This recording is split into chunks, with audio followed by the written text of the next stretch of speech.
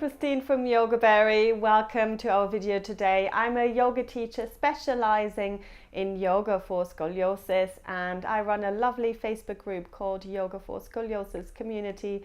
Feel free to join us on there if you have scoliosis or if one of your family members have scoliosis. Great way to connect with other people, ask questions and just motivate each other. So today's video is going to be about left lumbar curves. This is my primary curve as well. I've got a left lumbar curve, so I always like to talk about these ones. And all that you need is potentially a yoga bolster if you've got one.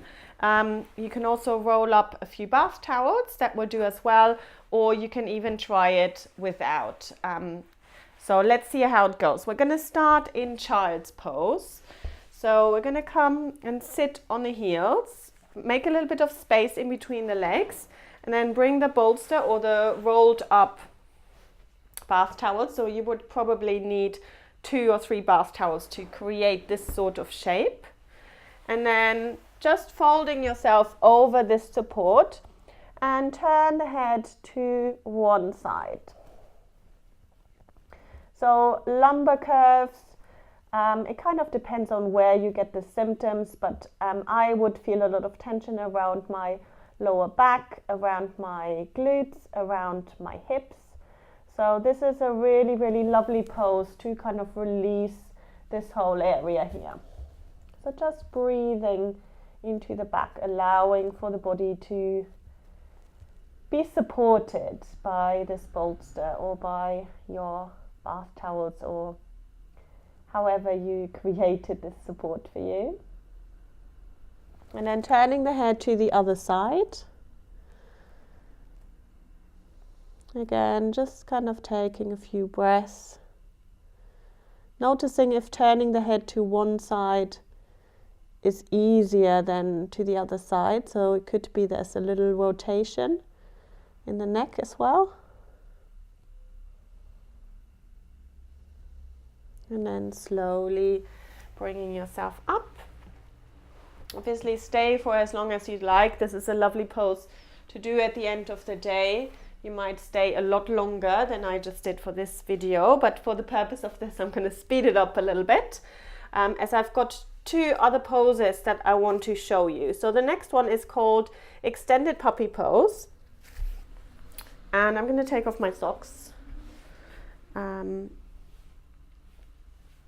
Should have done that before really, but it's much easier if you're doing this without socks. You have a little bit more grip underneath the feet. So have the hands slightly further forward of the shoulders. Tuck the toes under, and then I really want you to create a long line from the crown of the head down towards the tailbone. So for lumbar curves, just if you imagine just for a moment what the curve looks like. So from the front, left lumbar curve would turn here to the left. So if you imagine the right side is slightly shortened, so it's contracted, and the left side is long. So what we want to do in this puppy pose is we're going to extend the space on the right waist a little bit more. So you might see this for lumbar curves. If you're standing up, your right hip might be higher than the left hip. So we're going to bring it, create a little bit more space on that side. So creating this line from the top of the head towards the tailbone, and then I just want you to think of your tailbone as if it's at the moment pointing towards your right heel. I want you to bring it back to the center, maybe even over to the left heel, so kind of the opposite of where the curve is going. Just for a few breaths. So this is quite hard work if you're really trying to extend through the crown of the head at the same time. So you might feel a lot of work going on in the back. Good. So if you're an experienced yogi, you might want to take this into downward dog. If you're just beginning, stay in this pose. If you want to take it up into downward dog, you lift the hips up towards the ceiling. And again, you can extend a little bit more through the right waist than the left. Notice that I keep my legs bent. I do this on purpose, not because I have tight hamstrings, but because I have a little bit more control of my back this way. And then slowly release. Good, so you can come back into child's pose just for a few breaths, maybe just making a pillow with the forearms. Softening in between. And then I'm going to show you one more pose for today. Lying on the front of the body.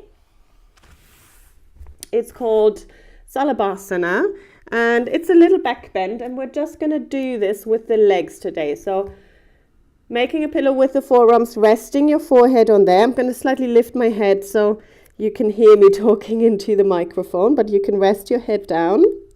And then really extending through the toes from here. On the next inhale, we're going to lift the right leg without bending the knee. And then exhale, slowly lower it down. Inhale, lifting the left leg.